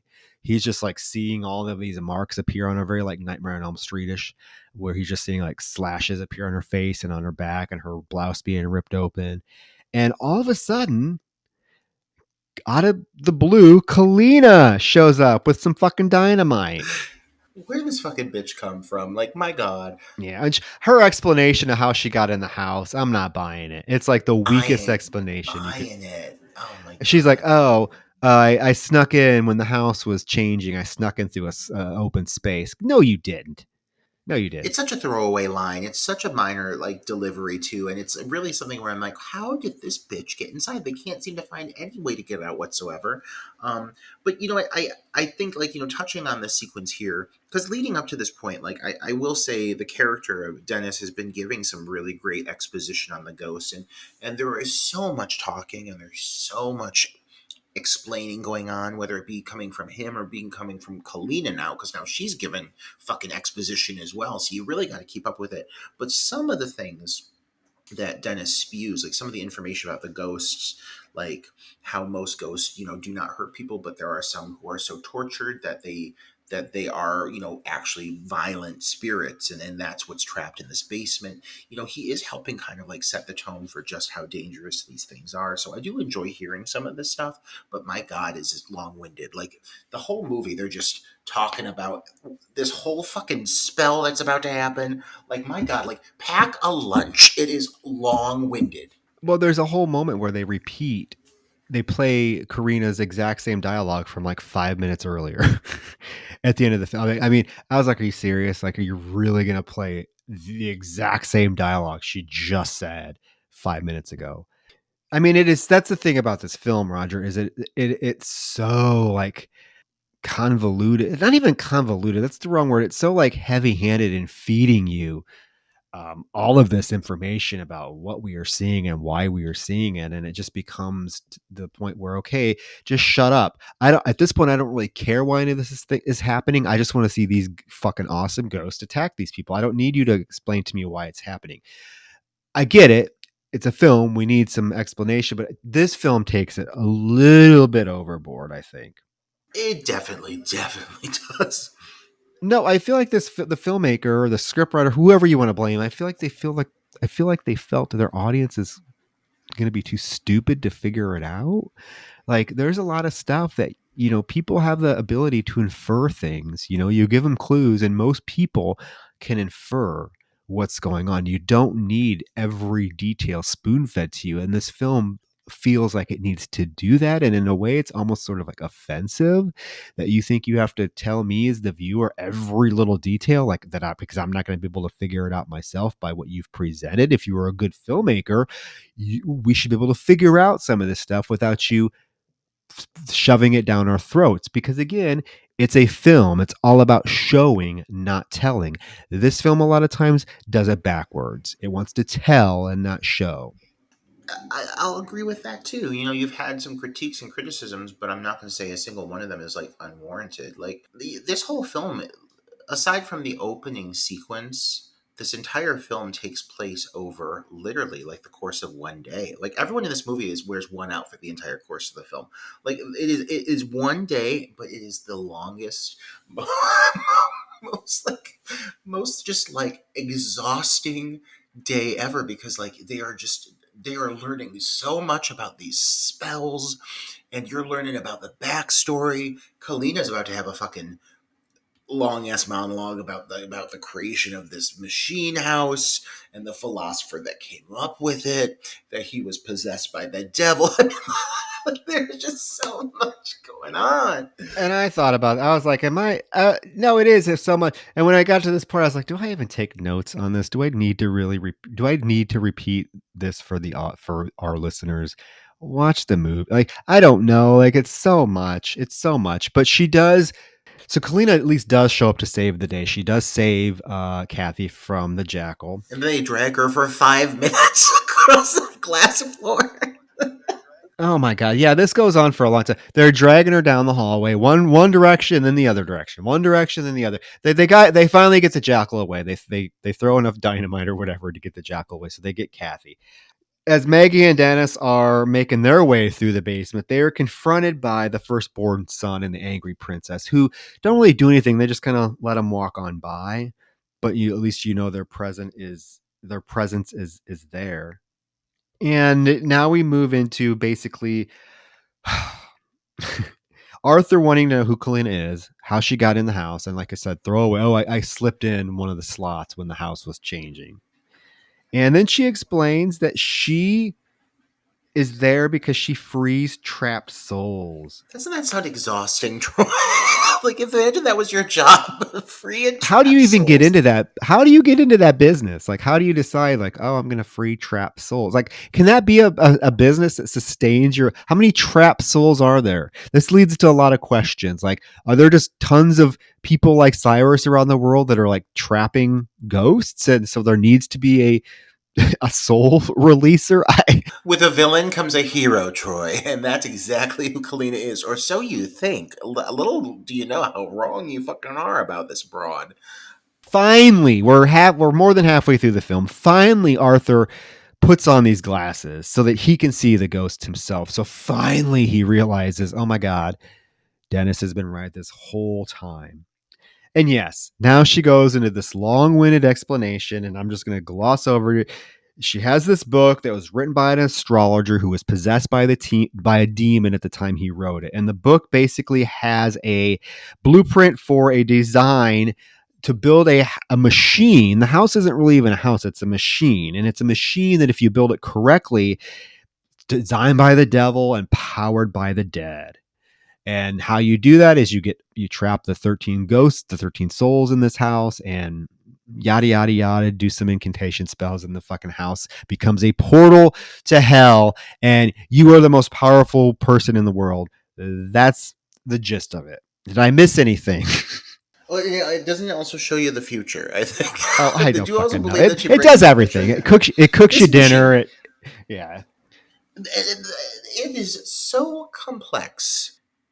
The amount of steps that have to be taken. I mean, it does make Cyrus at least seem that much more cuckoo bananas for the fact he's gone through all of this nonsense. And even we haven't even touched on the fact that Cyrus is still around to begin with, because that's coming up. Like, we are going to get down to Cyrus here in a moment.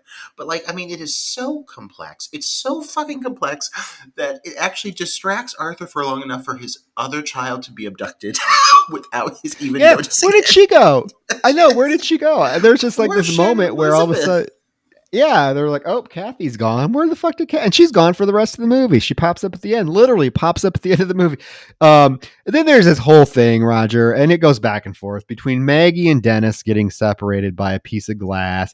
He is attacked by the Torn Prince with a bat, and there you have this whole little kind of cool thing, where he can't see where the Torn Prince is because he doesn't have the glasses, but Maggie does have the glasses, so she's trying to like guide him when to move and stuff.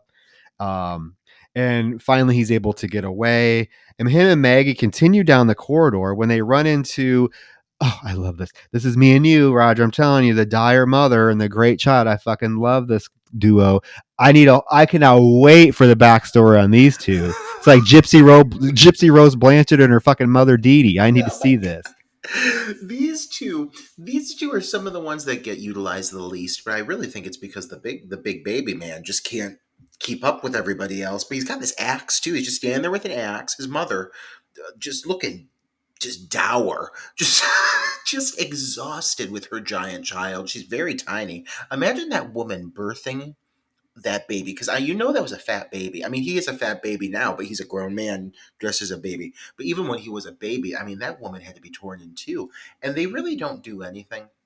We've got a moment where Maggie and Dennis see the two of them, and they're just standing there making goo goo gaga noises with that axe, and then they like run off, and they make it seem like they're chasing them, but they don't even like move. They're just kind of like being ghosts. I really wanted to see more of these two. Oh yeah, I cannot wait. Like I said, I cannot wait for the backstory on these two. So Kalina, in the meantime, she's trying to get to the library, so she's climbing up the stairs, and she is actually reunited with Maggie and Dennis. Arthur sees like a glass door open and the hammer get free, and the hammer like starts coming after him, so he takes off running, and again conveniently runs into the rest of the group. What I love about this film, Roger, is that like there are moments where these guys pretend like this house is so big and they're never going to find each other. Like, oh my God, there's so many hallways. It's so big. We can't find our children. We're there in a labyrinth. But when it's convenient to the plot and to drive the plot forward, they run into each other like it's nothing. Like it's so funny. One thing that Kalina does bring is at least like she motivates them to start like moving panels of glass to start using them to benefit them or to to find ways to get move through. For example, in this case, they actually she and Arthur climb through the ceiling. They remove a pane of glass and they climb from the basement up because they want to get upstairs. So they climb through the to the upstairs, and Dennis and Maggie are already upstairs, so they connect with each other up there. But they do start using this ability to take panes of glass with the incantations on them and use them as shields, which is something that does come into play here soon, which I do think is kind of cool. Yeah, and well, there's this moment when they're together, when they're kind of going down the corridor, and all of a sudden Arthur is now attacked by the jackal. And he is clawed. His back is clawed to hell by the jackal. And of course, Karina and the group are able to save him and pull him into to the library. And this is when Kalina has a big confrontation with Dennis. And it is revealed, Kalina is like, this is all your fault. You're the cause of this. You stole people's souls for money. And you are you're a vile human being. How could you do this? These were human souls, and you're depraved. And he's like, oh, I may be depraved, but Cyrus Cyrus liked me. And she's like, he didn't like you. He just used you. And Arthur's like, shut up. What difference does it make? And this is when Kalina's like, oh, you didn't tell them, did you? And Dennis is like, please don't do this. Please don't do this. And what we find out is that one of the fourth ghost that Cyrus stole was Jean, Arthur's wife. And this causes Arthur to go into a rage. He punches Dennis. And this is when goes on to explain the whole idea of the ghosts that are needed to power the house, and the machine requires the energy of these specific ghosts to power it, and then again it opens the eye of hell, and the man who controls it will be the most powerful man in the world. And it's also mentioned, of course, the only way to stop it is for someone to willingly jump into the eye when it opens, and it has to be someone that is like love sick, and she basically is like convincing him or trying to convince him that, hey, if you want to save your children, you're gonna have to like jump into this thing and kill yourself. I mean, she's so matter of fact about it. As convoluted as all of this nonsense may be, because let's be real, it is absolute bonkers. Um, I really do love the moment where she does finally read through like the Black Zodiac and like goes through and names them off one by one, because you've been seeing glimpses of them thus far, but they now are actually given like titles. Like each one has an identity, and you get to see a strong visual, and you get to see an illustration that coincides with it, of like that interpretation of the ghost. And I really love that moment. And yes, there's a moment that comes up here where she does basically inform him that the only way to, in her words, stop this, stop the machine, stop the ritual, is an act of selfless love. Someone who has to willingly put themselves in danger and sacrifice themselves to prevent harm for someone they care about. And so he's been put in this predicament where it's clear that he's the only one who's really able to do that. And so right away Dennis is like, this just doesn't add up, it doesn't make sense, it doesn't make sense with what Cyrus was saying, there's got to be something more to this. So he's automatically suspicious of it. And he says, he's like, there's got to be another way we can do this. Let me help you, I'll go with you back in there, we'll do this together.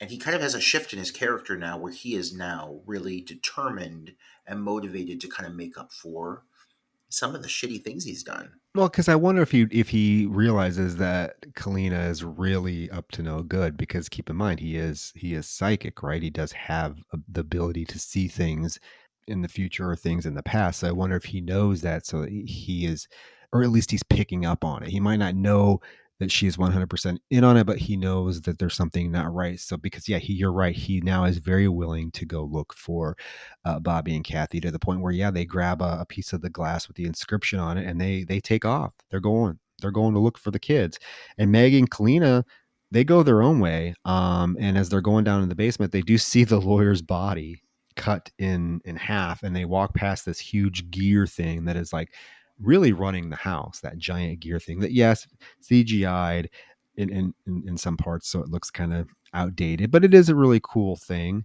Yeah, so Arthur and Dennis, as they're searching for the kids, they are attacked briefly by the Torn Prince, who they are able to then push with the glass into a wall to escape.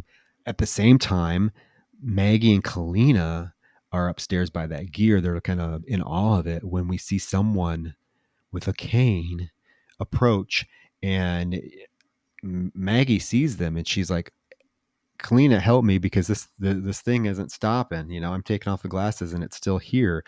And all of a sudden, Kalina takes the giant book of spells she has, and she raises it, and you think she's gonna like try to protect Maggie, but instead she fucking hits Maggie in the head and knocks her out, knocks her into the fucking wall. Her head bashes against the wall, and we see that it's fucking Cyrus.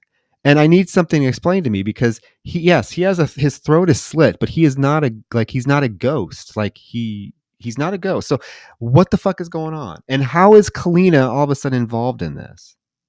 No, she hated him at the beginning. Remember, like the whole opening scene, she was like spitting at him and calling him a vile. And now she's in on it. And now, what I also hate, Roger, is that I hate the fact that they present this woman. We want strong female roles, right? We want these strong female characters in horror films.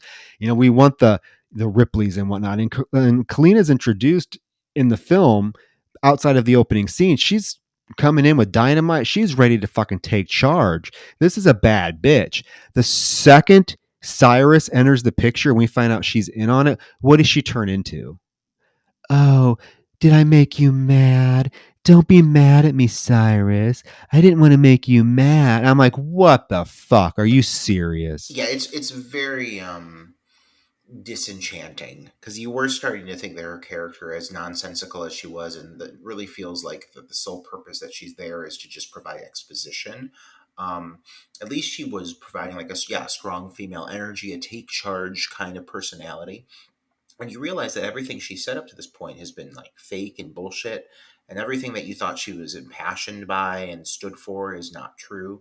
And it makes her character just leave a really awful taste in your mouth, and it's a bummer because, I mean, she's not like the best performance ever, but at least like she was apparently standing for something good that she cared about, or trying to do something. I mean, I guess saving souls is a good thing. I don't fucking know, freeing souls, but still, like, I mean, it's clear that she was attempting to stand up against what Cyrus stood for, but apparently not.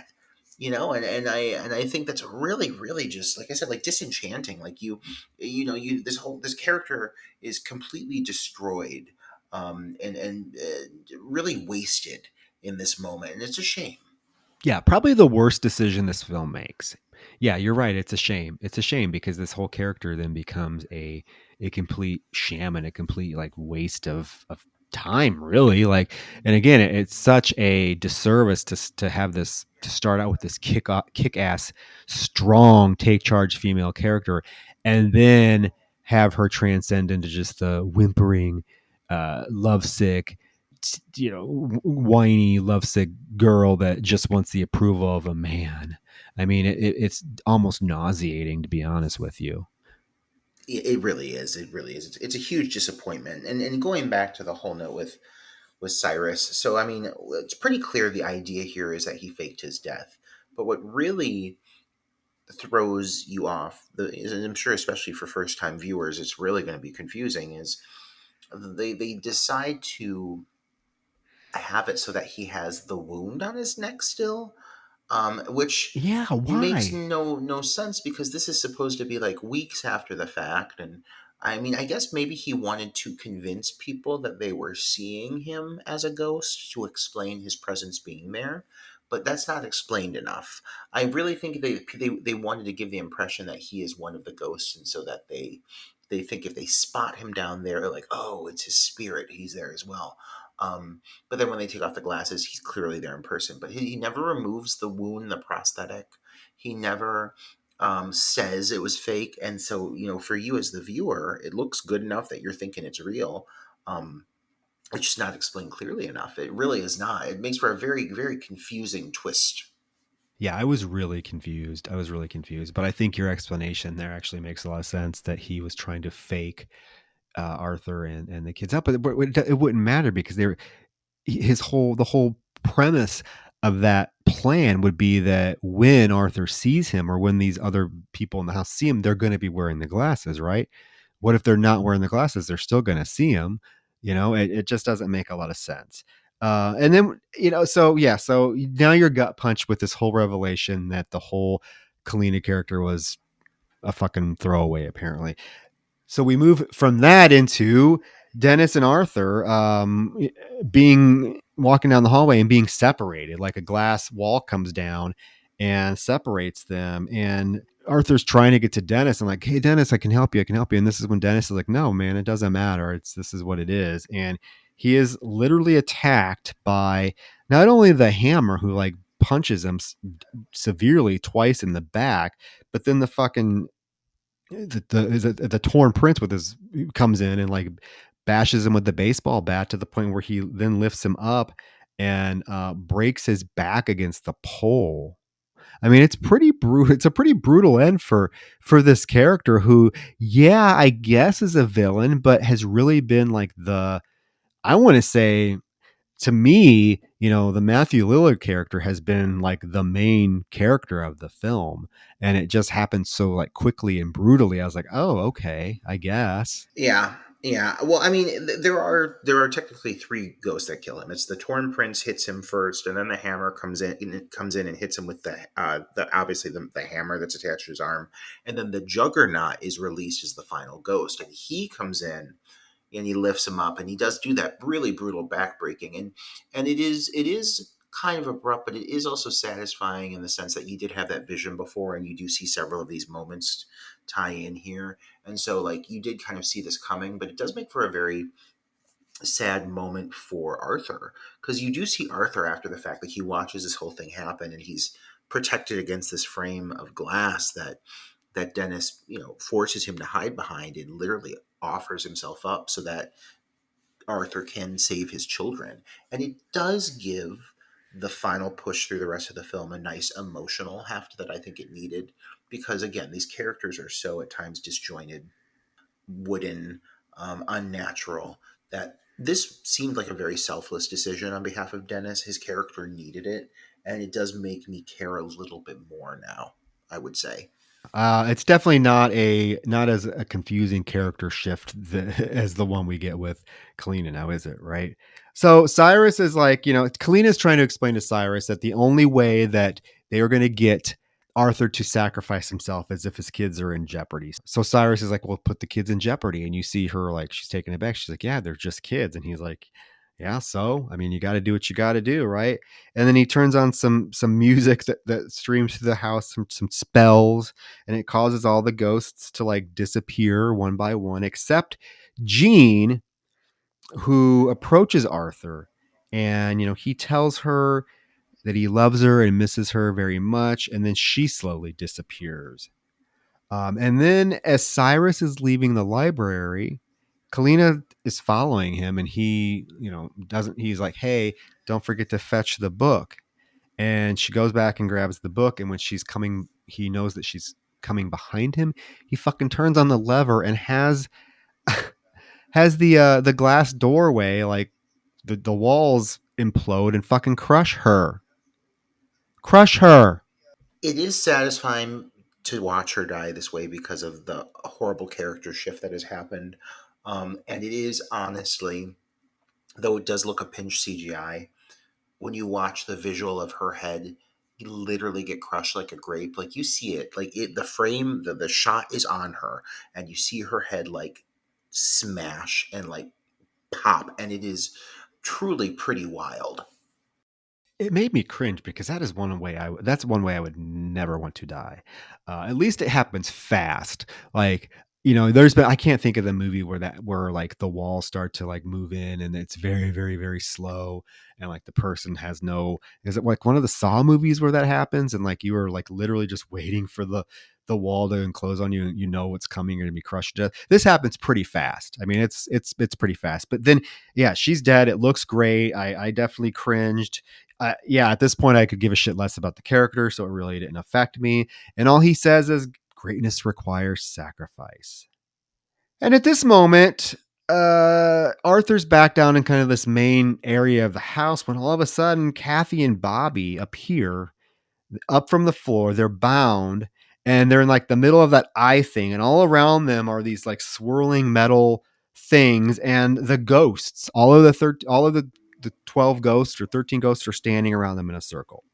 And Arthur sees Cyrus at the other end of the room, and he slowly takes his glasses off to see that Cyrus is still there. He is not a ghost.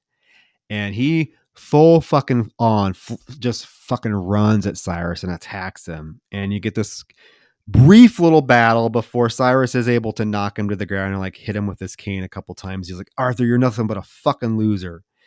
You will jump into that eye. You will become the 13 ghost. It's why I chose you and your pathetic family. It is really satisfying to see Tony Shalhoub finally step up and start beating on him, but so quickly Cyrus gets like the best of him. Like Tony Shalhoub's character is pretty incompetent at times, and he is rather weak, and it's so sad to even watch in this moment. Like Cyrus is beating him, he's like, "You're weak, you loser." It was, yeah, you think like he's going to like, he charges at him full force. And this is an elderly man, and a middle-aged man. So you think Tony Shalhoub's Arthur's going to beat the shit out of him, but it doesn't take much. It doesn't take much for Cyrus to overtake him. Yeah. And he's just berating him. You're a loser. You're a weak. Your family's pathetic. In the meantime, we forgot about fucking Maggie, but she woke back up and she is up there and she's a DJ in real life. So this bitch, she's working the sound control panel, causing the chance to go berserk. And all of a sudden the ghosts like release from their stance because they're transfixed staring at the eye as it's spinning around. And they it's like they've been released, period, from like their everything from the house, because now they know who did this to them, because they go right over to fucking Cyrus and they all pick him up and carry him. And I mean, F. Murray Abraham's a good actor, but in this moment, he's like cowering, whimpering, and it's just like so. It's almost laughable. You know what I'm talking about? He's like, oh, oh, and they come and pick him up, and they literally throw him into the swirling metal, chopping him into bits. And this is when you get the bad CGI, because you see all these CGI body parts fly towards the screen. It is some bad CGI, but I fucking love this moment. It is the whole sequence of the ghosts like turning and surrounding him, and you see this great shot from his POV of all of the ghosts like bending in towards him. And I do love that it keeps cutting back and forth from like him being lifted by the ghost to him like just floating in midair. Like you do have this great shot of him just being like brought out into the room through the doorway, and he's just floating, and it's so fucking cool. And then yeah, he's launched into the machine, and let's be real, all of the CGI is pretty iffy. Like these swirling metal discs, everything going on around Shannon Elizabeth and that awful child. Like it's all just very like 2000s digital, but I still enjoy this kill for what it is. Like, am I going to say it's the best CGI ever? Absolutely not. But I like the build up. I like that the ghosts are the ones to get the final like moment of vengeance, because like fuck you, you've trapped us in these cubes this whole fucking time. Yeah, we're gonna kill you. Like we're gonna you're like our area of focus, not these people. So I do like that the ghosts get to have that final moment and throw him to the machine. Yeah, I do like the shot of him floating in midair as he's being carried towards the eye that's spinning around, because Tony Shalhoub at this point doesn't have his glasses on. So that's the vision he's seeing, is literally Cyrus being carried to this to his death. And it is really effective. Yeah, the CGI is corny, but it is I mean, it's a very fitting death for this guy. Like the whole premise of this thing that he's trying to accomplish was that Arthur was going to be the one to jump into this eye and sacrifice himself. But in the end, he's the one that gets thrown into it, and it causes, his whole plan to go awry. And what it also causes is the ghost to literally be set free because they get to leave the house. And there's this like nice little shot of them all just like walking out of the house into the woods and just like disappearing into the woods. So they literally have been set free. And before that happens, though, we do get, or the family, Arthur and Bobby and Kathy get one last vision of their mother, and she looks normal. She doesn't have the burn on her face, and she's able to tell them, "I love you" one last time before then she goes and joins the other ghosts to go into, I'm assuming, the afterlife where they're going to be free. I don't understand why she gets the privilege of looking normal. And how do they see her without wearing their glasses? I guess it's that moment of being like, she's like able to like present herself to them one final time before she, yeah, goes to the afterlife. Yes, I guess that makes sense. But like, they're not wearing the glasses. She's not covered in horrible burns. She's talking to them telepathically, and it just, yeah, it just doesn't seem like to follow the rules of everything else. But it is a nice moment of closure for the one main story arc that this entire family has had, which is they've lost the mother and their life has fallen apart. At least they get to have this final moment with her, so that is some nice closure. But I mean, nothing wraps up a movie quite like this moment that we have with Maggie, lest we forget. Oh, Maggie. We have to, we're ending the movie with Maggie. Of all characters to end the movie with, we're ending the movie with Maggie. She's pissed. She's like, I'm not doing this shit anymore. I am done. I fucking quit. And that's it. Maggie, that ends the movie. Maggie saying she's quitting, but that's not even enough because I believe because in real life, she is a rapper. She's an MC. And I feel like this is her song right over the opening credits. I enjoy Rah Digga as Maggie, but I have to say, no offense, Rah Digga, that this track that this finale launches into, that plays over the credits, is, in my opinion, the single worst closing credit song I've ever heard in my life. It's horribly placed. The tone is not at all in line with anything else we've seen. Okay.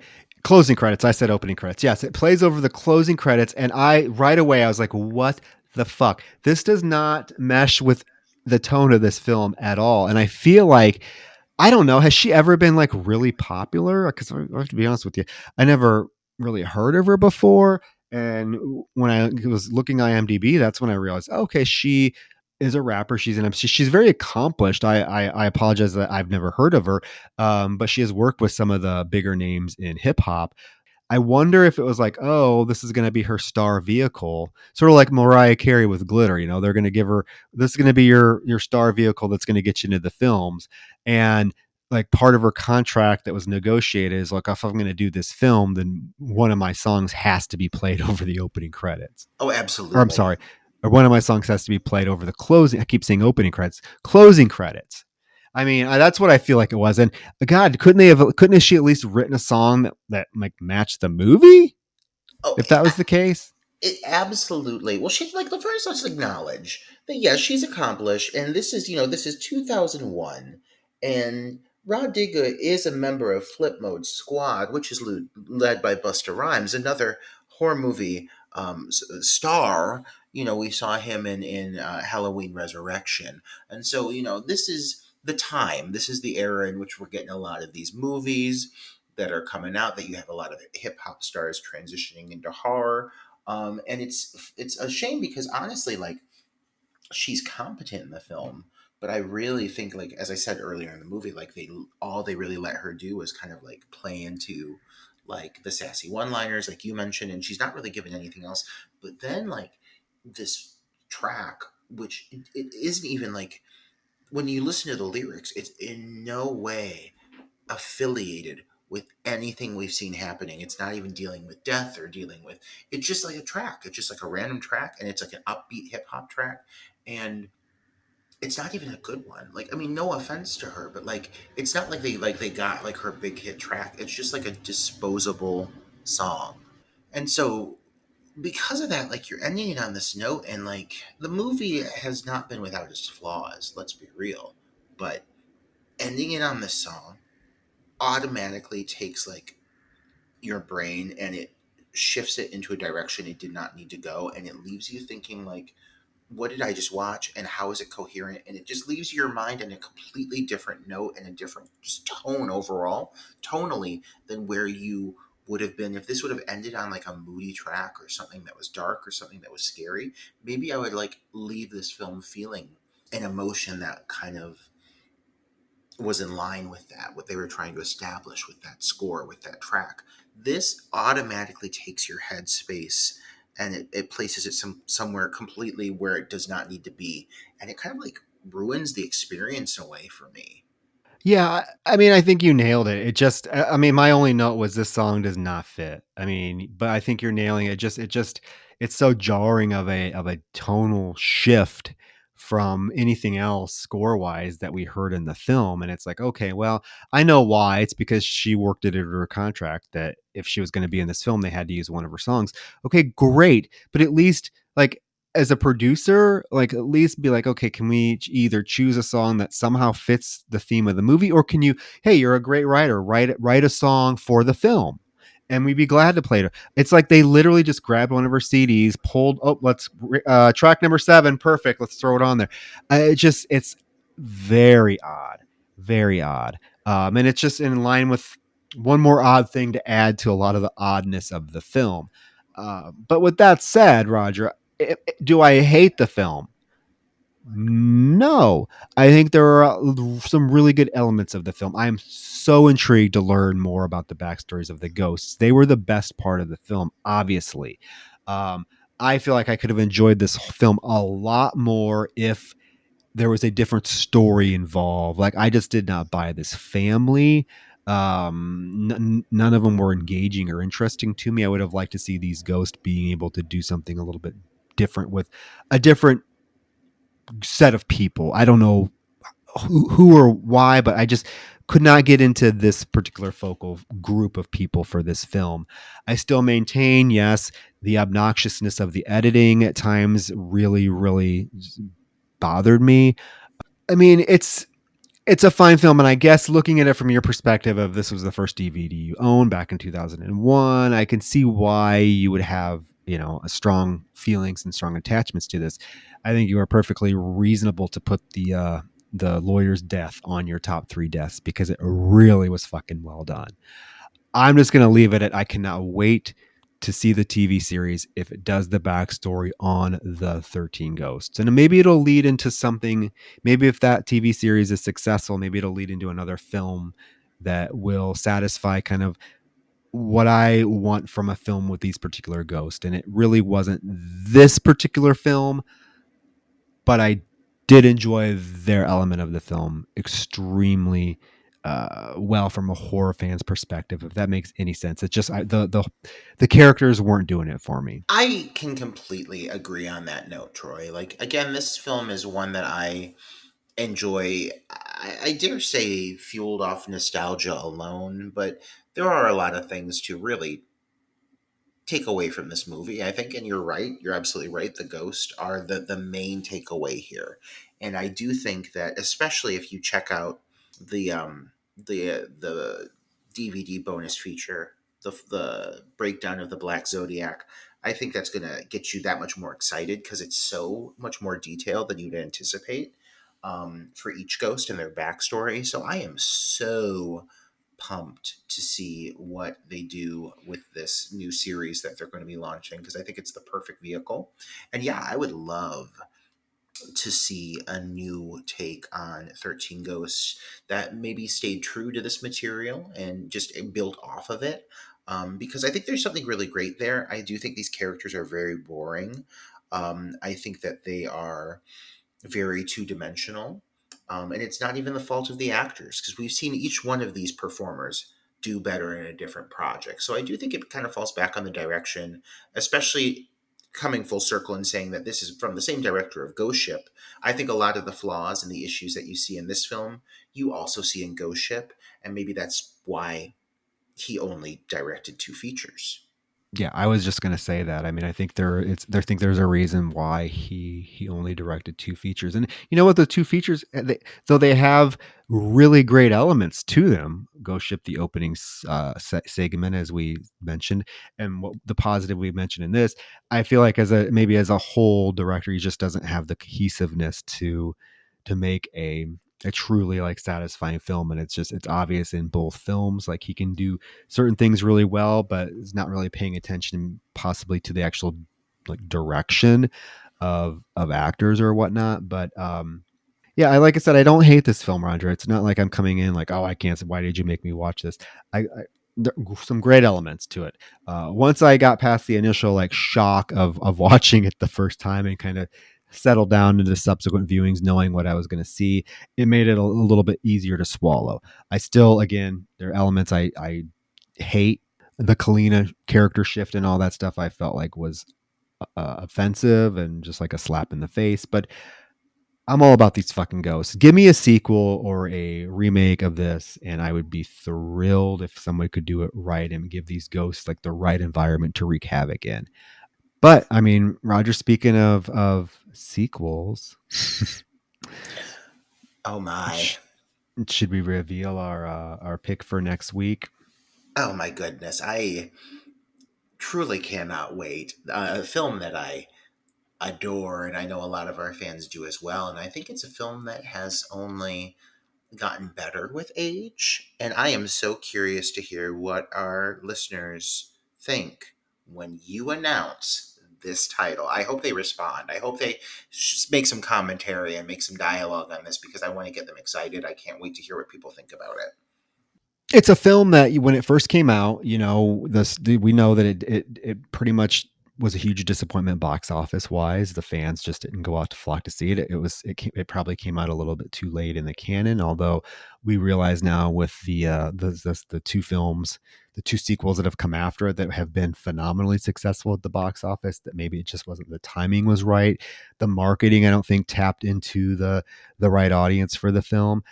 But what I do love, Roger, is it really does seem like this film has gained a lot of respect and appreciation since it came out in the last 10 years or so. Particularly, I've seen a lot of love for this film over the last year, and people going back and revisiting it and realizing, hey, this is not as bad as it was made out to be when it first came out. And we've covered the first three already. And so I felt like, you know what? Just need to keep going because this is a franchise that I really think is probably one of the strongest horror franchises out there. So we are going to cover Wes Craven's last film, rest in peace, Scream 4. My God. A personal favorite. I'm going to say it right now. It's one of my favorites in the franchise, and I am proud to say it. And I'm going to go into the next review making that a known fact. I'm not gonna play coy about it. I fucking love Scream 4. I think it's so underrated. It's a shame that it kind of bombed when it did. But you're right. I love that it has formed a brand new following of fans who I think really appreciate it, and it's aged so well. And I was just going to say, and I think we're gonna have such a great conversation about why it's gotten a resurgence in the last year. But I think you nailed it. It aged well, and actually, it's the film and the motive of the killer is more relevant now than it was 10 years ago. I mean, this is a film I think, particularly with the killer motivation, was ahead of its time. Um, and I think that's why people are going back and responding to it because fuck, I mean, it's so relevant, more relevant now, and it really makes a statement on social media and Instagram, Insta famous people being social media famous and what that means and how it's affected our society. And like I said, 10 years later, 12 years later, however, when did it come out? 2011. So about 10 years ago. It's it's almost even worse now than it was then. So I cannot wait to have the conversation with you guys, with you, Roger, and yeah, I want to hear our fans' opinions on Scream 4, and I want to hear your opinions, fans, on 13 Ghosts. What are your thoughts on it? Or are you in line with me, Roger, or a little bit of both of us? Let us know in the comments. Let us know on social media. Let And us like I said, know. give us a 5-star review, and in that 5-star review, ask a question. And if we of one of us or both of us, and we'd be happy to address it in an episode, or suggest a film for us, and we'll give you a shout out. We just want to get those 5-star reviews higher. We're almost so close to 50. And check out our Patreon. And I think with that, Roger, I think that concludes this long-awaited episode of 13 Ghosts. Oh, finally, Troy. Thank you for appeasing me. Listeners, well, I hope you enjoyed it as much as I enjoy 13 Ghosts. And with that being said, we'll see you next week for a fucking review of motherfucking Scream 4. My God, I can't wait. I don't need friends. I need fans. That's why we need 5-star reviews. That's going to become the new tagline for our podcast. We don't need friends, we need fans. And with that, leave us a review. Good night. Good night.